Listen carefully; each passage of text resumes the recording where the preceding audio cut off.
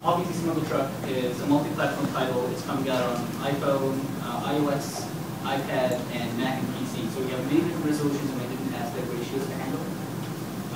And what 3D GUIs allow you to do is it scales very nicely with resolution. So Alex, if you could go into the main menu. Yeah.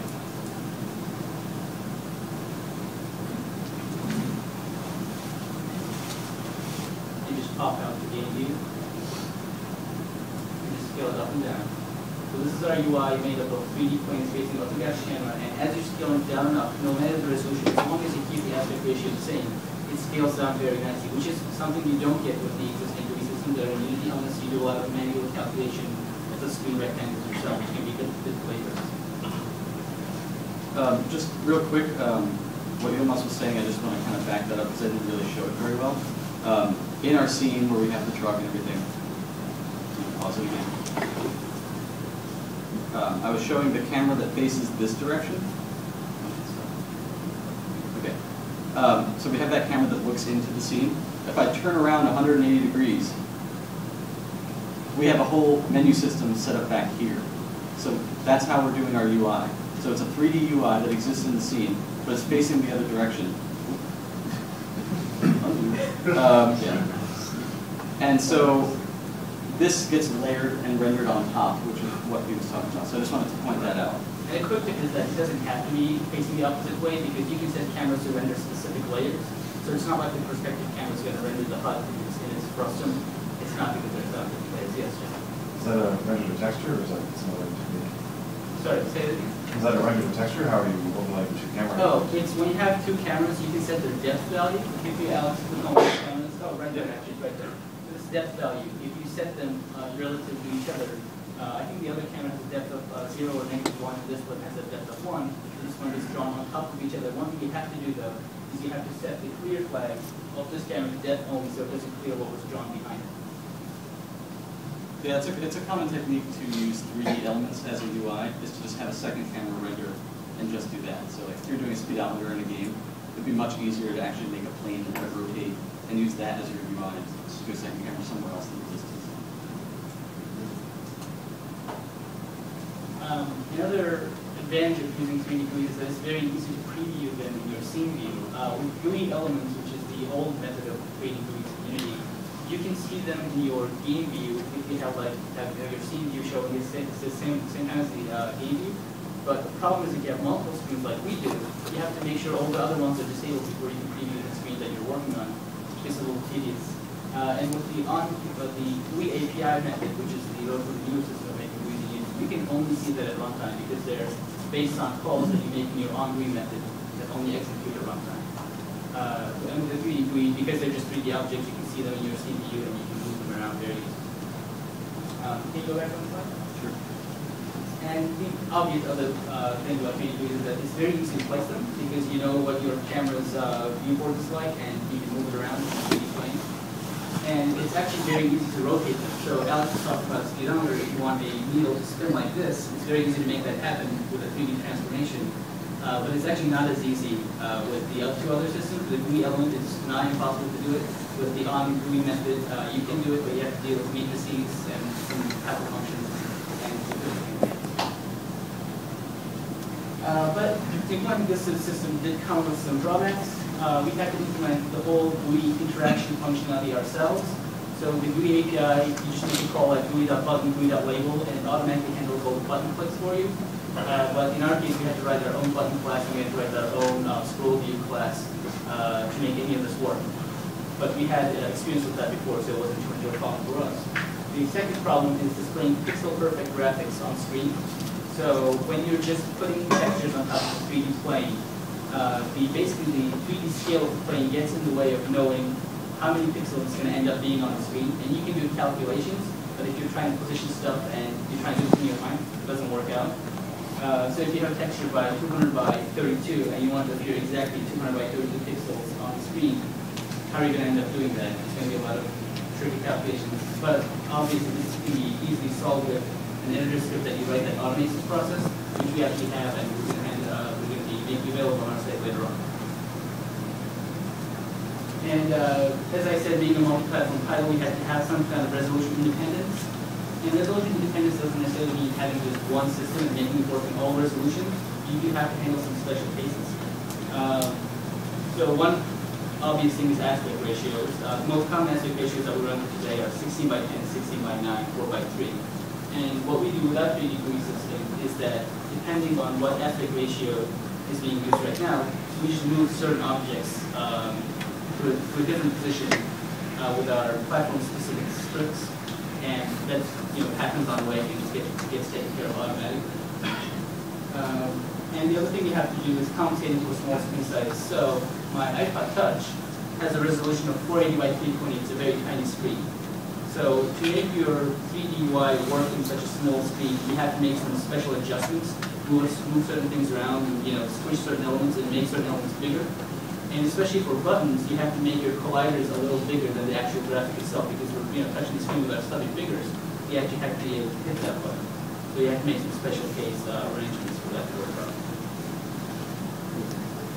So I'm going to cover quickly some issues with textures in the 2D game.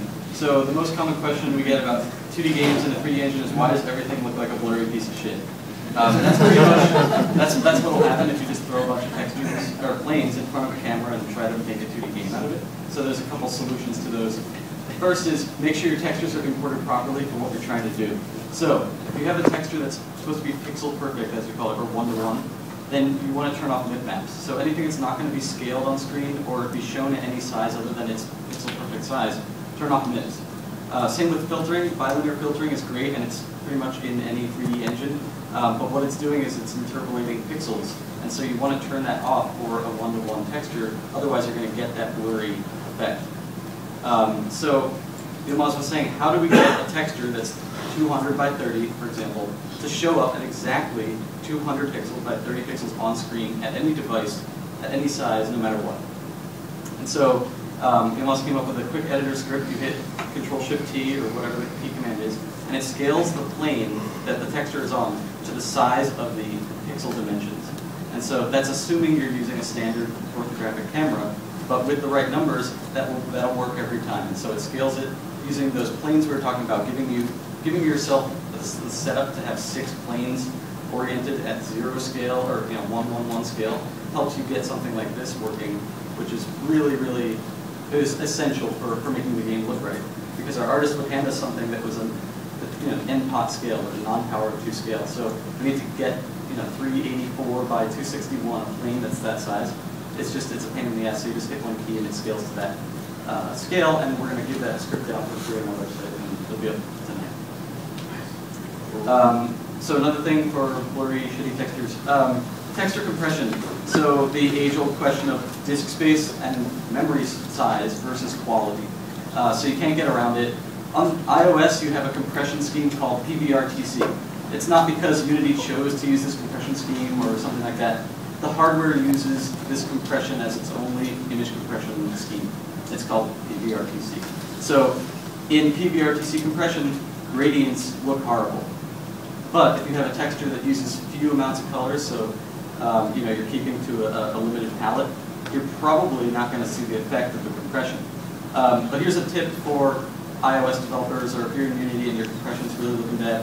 What you can do sometimes is, instead of trading off to fully uncompress, which might be way too big for you, take the texture size and double it, and then compress it. And sometimes that'll minimize the effects of the blockiness that you get from compression. And so you might be able to have a middle ground in quality right there. When it comes to PC and Mac, you get a compression scheme called DXT, so they don't use PBRTC. That's because modern graphics cards will take DXT compression. It doesn't look nearly as bad as PBRTC. In fact, we were able to take all of our textures in Smuggle Truck and compress them across the board in DXT compression, and you can't see the difference. Or you can't unless you're zoomed into an unreasonably high level. Do you have a question? Were you going to address alphas? Yeah, I mean, so almost every texture in our game is using alpha. So this whole thing about gradients kind of applies to alphas too. So if you want a smooth edge to your sprite, then that's a gradient, but it's really just an alpha gradient. So the same thing is that you're going to get chunkiness, you're going to get blockiness when you try to do PBRTC compression. So the double sizing trick does help with alpha. and you can go uncompressed on things that you really have to weigh your decisions very, very carefully. So if you're developing an iPhone game and you want to keep under 20 megs for your over-the-air limit, you're going to say, okay, everything uncompressed is 50 megs. Now, what can we start compressing to get under that limit? You want to take, large backgrounds, things that exist far away. Like your main character, your truck sprite should look as good as it can because it's going to be on the screen in front of you at all times. But then something you're passing by, at high speed, like a tree, whatever, you can go ahead and compress those. So it's really just a balancing act of looking okay enough and keeping under your file size. What about anti-aliasing, especially for alphas? So, that's one of the reasons there's not a lot of 3D games on the older iPhone devices, is that you're at 480 by 320, that's your resolution. And 3D edges, there's no anti-aliasing built in. They recently added some software anti-aliasing, but I'll keep that out. Basically, a 3D model turned sideways, you're just going to see that stepping, and there's no way to get around it. But when you're using a 2D game, or when you're making a 2D game like using sprites, all of your alphas are the thing that you're seeing in the edge, so that you don't have any aliasing issues, and you get to paint in exactly how you want the edges to look. So, for the most part, 2D games look better on the iPhone than 3D for that reason.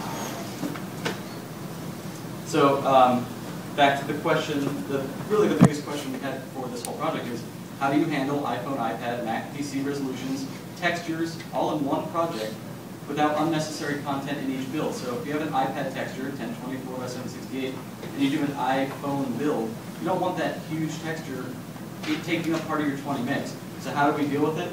Well, we had to build something for that, and I'm going to call it the Texture Auto Awesomizer. So that's a code name for it. So what this does is it maintains 4 separate builds for us. It maintains our iPhone, our iPad, our web player, and our standalone build. And that handles all the multiple aspect ratios that can be